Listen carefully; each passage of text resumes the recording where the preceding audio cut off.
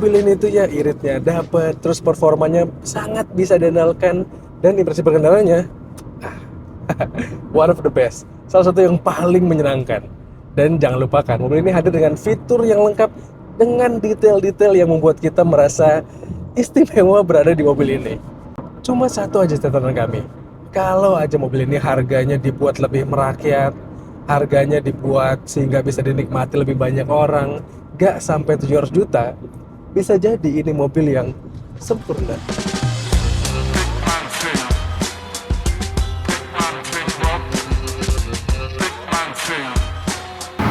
Honda Civic RS Hybrid ini memang bukan barang baru.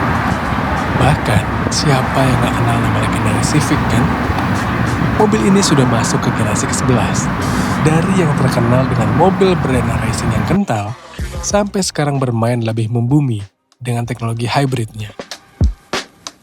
Iya, sebagai sebuah sedan medium bermesin hybrid, praktis Civic RS Hybrid ini bersaing langsung melawan rival abadinya, Corolla Altis.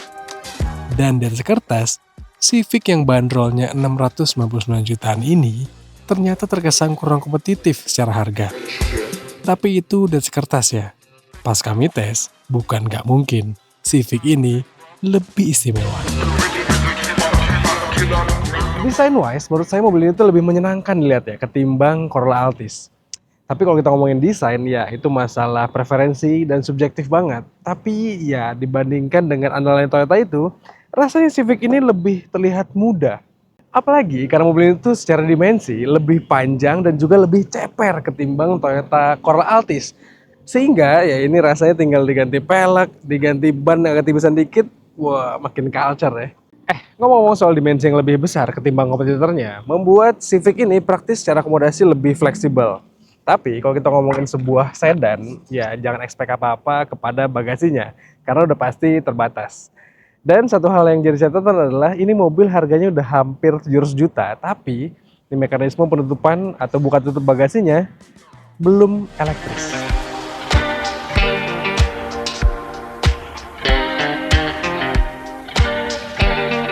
Bagasi sih mungkin ya udah dipastikan gak lega.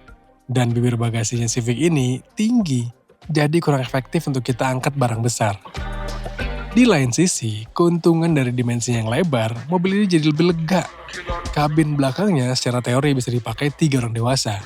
Meski di tengah sini ada tunnel besar yang sedikit mengganjal.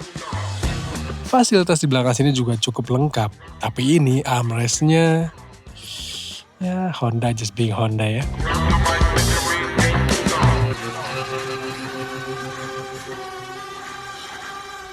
Ayo kita move on dari kejanggalan insinyur Honda yang entah kenapa nggak ngasih stopper ke armrestnya sehingga ngondoy gitu. Dan sekarang kita pindah ke depan menikmati kokpitnya yang wah ini cakep teman-teman. Saya suka banget sama detail desainnya, penggunaan materialnya. Ya di luar ini entah kenapa dikasih bingkai yang warnanya merah kayak gini ya. Padahal mobil kita warnanya biru. Ya mungkin Honda Civic RS Hybrid ini lebih cocok dibeli warna merah kali ya. Karena interiornya dikasih aksen yang merah. But anyway, ini tuh pas banget teman-teman. Matching auranya tuh terlihat futuristis. Karena ini head unitnya dan speedometernya yang digital dan menarik teman-teman. User interface-nya tuh saya suka. Gampang dipahami. Dan rasanya ini tuh satisfying banget dengan feedback-feedbacknya. Nih. Misalnya kita pencet apa? Nih, general setting ada suaranya.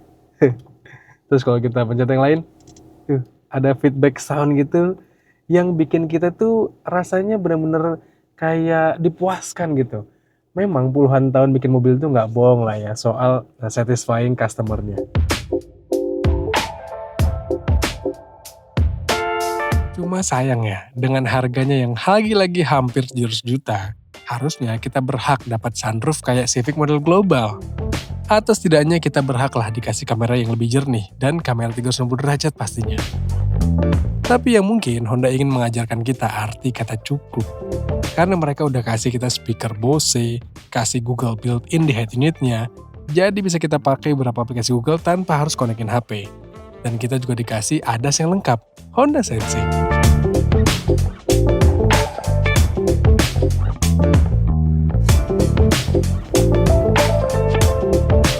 bicara soal ADAS, Honda Sensing itu bisa dibilang one of the best lah di antara ADAS milik pabrikan Jepang lainnya. Saya paling suka ini fitur Adaptive Cruise Control yang bisa mengikat atau bisa menjaga kita di kecepatan rendah.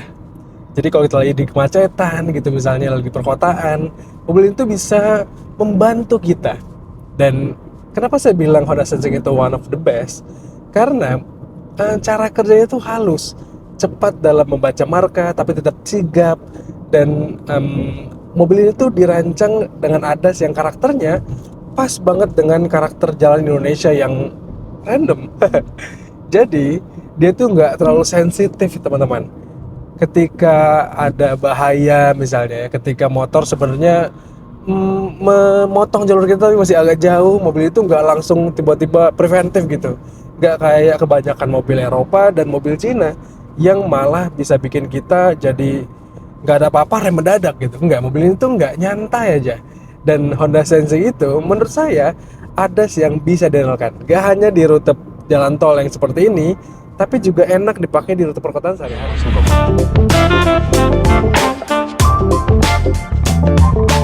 Untuk dipakai sehari-hari di perkotaan yang macet sih, Civic Hybrid ini jelas bisa memudahkan dan kasih rasa nyaman. Tapi kalau kita mau main-main dan menikmati performanya, jangan lupa, ini Civic. Jadi meski hybrid, tapi ternyata performanya nggak main-main. Bahkan bisa dibilang lebih buas dari yang turbo kemarin. Gimana enggak?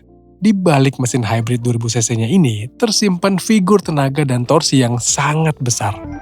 Bahkan diklaim kalau tenaga mesin bensinnya dan motor listrik yang berkombinasi, bisa tembus sampai dengan 203 PS. Menyetir Honda itu selalu menyenangkan, apalagi ini, menyetir Civic itu tingkat kesenangannya bisa naik 2 kali lipat. Karena mobil ini tuh diracik dengan sangat pas rasanya. Antara handling dan suspensinya, itu rasanya mendukung kita banget buat bersenang-senang gitu. Mobil ini ketika kita pakai di rute perkotaan, di mana kita mau nyantai, punya karakter yang nyaman. Peredamannya itu masih enak lah, membal-membal, gak terlalu stiff yang kaku nakutin, bikin pegal gitu, enggak. Tapi begitu kita mau bersenang-senang di rute bebas hambatan, ya mobil ini bisa banget diandalkan. Civic just being Civic. DNA racingnya itu nggak hilang sampai di generasi yang ini. Dan itu yang bikin menyenangkan banget. Apalagi setirnya, bobotnya pas, bikin kita pede di jalan. Dan ini setir yang sangat komunikatif teman-teman. Kita tahu grip kita segimana, kita tahu apa yang kita hadapi, dan itu adalah feel yang sangat menyenangkan. Kalian harus coba sih. Andai aja Honda ngasih kita fitur S Plus kayak di Honda Prelude. Kalau ada fitur itu di Civic, udah pasti ini jadi game changer dan beda total rasanya. Karena bayangkan, kalau kita punya S Plus, kita bisa bermain-main dengan pedal shift-nya, gak cuma untuk regenerative braking, tapi untuk semacam ada manual transmission imajiner gitu. Dan ada raungan suaranya yang pastinya bikin mobil ini lebih menyenangkan lagi.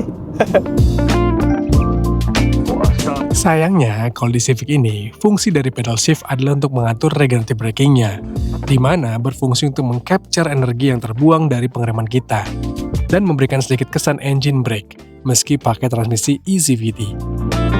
Oh iya, dan fungsi fitur itu tentu untuk membuat mobil ini kian efektif, meski sejujurnya susah deh untuk bawa Civic ini boros. Kami tes berkali-kali, gampang banget dapat di atas 20 km per liter untuk rute perkotaan. Bahkan ketika di rute kombinasi, rasanya iritnya mobil ini tuh bisa mencapai 30 km per liter.